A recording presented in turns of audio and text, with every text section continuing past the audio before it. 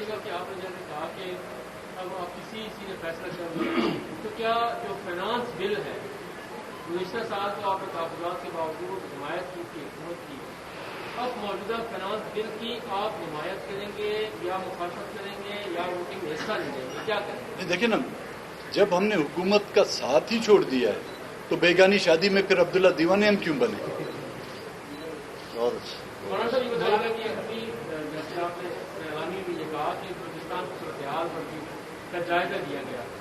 تو کیا بلوچستان کی صوبائی جو حکومت ہے اس کے حوالے سے بھی کوئی میکینزم بنایا گیا ہے کہ موجودہ صورتحال میں کیا صوبے میں کوئی تبدیلی آ سکتی ہے؟ اس معاملے پہ کیا آپ کی کسی جماعتوں نے غور کیا یا نہیں؟ ہم تو پی ٹی آئی اور باپ پارٹی جو ہے اس کو جڑواں بہنیں سمجھتے ہیں، تو ان کے ساتھ تو پھر کوئی ظاہر ہے جی کہ نہیں ہو سکتا نا۔ مولانا صاحب تبدیلی کی جو بات میں نے کی کیا صوبائی سطح پہ کوئی تبدیلی ہو سکتی ہے حکومت میں اپوزیشن جماعتیں اکٹھی بیٹھی یہ تو صوبائی جماعت بیٹھے گی اور صوبائی جماعتیں آپس میں سوچیں گی کہ وہاں کیا کوئی تبدیلی کے امکانات ہو سکتے ہیں یا نہیں۔ میں اس وقت اس پر تبصرہ کرنے کی پوزیشن میں نہیں ہوں۔ مولانا صاحب آزادی مارچ جس مقصد کے لیے آپ لائے تھے کہ موجودہ حکومت کا خاتمہ لانا، اب جبکہ اختر مینگل صاحب بھی حکومت کے ساتھ نہیں ہیں، کیا اس طرح کی صورتحال پیدا ہو سکتی ہے کہ تمام اپوزیشن جماعتیں حکومت بنائیں اور موجودہ حکومت کا خاتمہ؟ دیکھیے، فی الحال تو بنیادی بات یہ ہے کہ ہماری تحریک کے دوران ہی کرونا کا مسئلہ آیا، اور آپ نے دیکھا کہ جو ہی ملک میں کرونا وبا ڈکلیئر کر دیا گیا ریاستی سطح پہ، تو ہم نے کہا جی کہ ہمارے جھگڑے سیاسی تھے اور تصادم سیاسی تھا، یہ مسئلہ انسانی ہے اور یہ طبی مسئلہ ہے، اس پہ ہمارا رضاکار، ہمارا کارکن ہر سطح پر انتظامیہ کے ساتھ تعاون کرنے کے لیے تیار رہے گا۔ تمام چیزوں سے ہم سیاسی سرگرمیاں معطل کر دیں، مدارس ہم نے بند کر دیے، امتحانات ہم نے روک دیے، مساجد کے حوالے سے مشترکہ حکمت عملی اور سی او پیز طے ہو گئی اور ہم اس پر مکمل اب تک بھی پابندی کر رہے ہیں۔ تو یہ چیزیں ہوتی ہیں جس کی وجہ سے ملک کے سیاسی نظام میں تعطل آیا، لیکن اس تعطل کی آڑ میں جب حکومتی سطح پر غیر جمہوری فیصلے ہونے لگے اور اس سے انہوں نے ناجائز فائدہ اٹھایا، تو ہمیں بھی مجبوراً پھر محدود پیمانے پر سرگرمیاں شروع کرنے کا مجبوری ہوئی، اور ہم نے تمام سیاسی پارٹیوں کے ساتھ رابطوں کا عمل شروع کیا ہے۔ اب آپ دیکھ رہے ہیں کہ صوبہ خیبر پختونخوا میں اور آج بلوچستان صوبے کی اپوزیشن پارٹیاں اور اس طریقے سے دوسرے صوبوں میں دوسری جماعتیں بھی آل پارٹیز کر رہی ہیں، یہ باہمی روابط کا ایک عمل ہے۔ جب ہم تمام متفقہ نکات پہ ہر صوبے کے لوگ پہنچ جائیں گے تو پھر مرکزی سطح پر ایک آل پارٹیز کی طرف ہم جائیں گے اور اس وقت ایک ماحول ہم بنائیں گے۔ تو انشاءاللہ العزیز ان حالات میں جتنا کچھ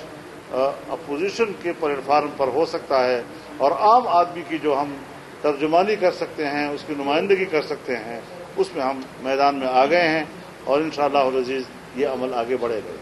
مولانا آپ کی سیاست کے بارے میں کہا جاتا ہے کہ سیاست بڑی عجیب ہے آپ جدھر بھی ہو، حکومت بھی ہو یا اپوزیشن میں ہو، دونوں فریقین کو انگیج کر سکتے ہیں۔ آپ نے جب عمران خان کے خلاف تحریک چلائی اور آپ اسلام آباد پہنچے، اپوزیشن نے بڑا یہ تو سے کام کرتے ہیں، مناسب وقت نہیں ہے، آپ کا ساتھ نہیں کر سکتے، اور دوسری جانب جو حکومت کی تعلیم ہے ان میں بھی وہ انگیج کیا آپ کو انہوں نے، اور یہ کہا گیا کہ کچھ گارنٹیاں دی گئی ہیں اور کچھ گارنٹیاں دی گئی ہیں۔ کیا وہ ٹائم کب آئے گا جب آپ ان گارنٹرس کے ان گارنٹیاں لینے اور دینے والوں کے نام سامنے آئے؟ جب کورونا ذرا نیچے جائے گا تب بات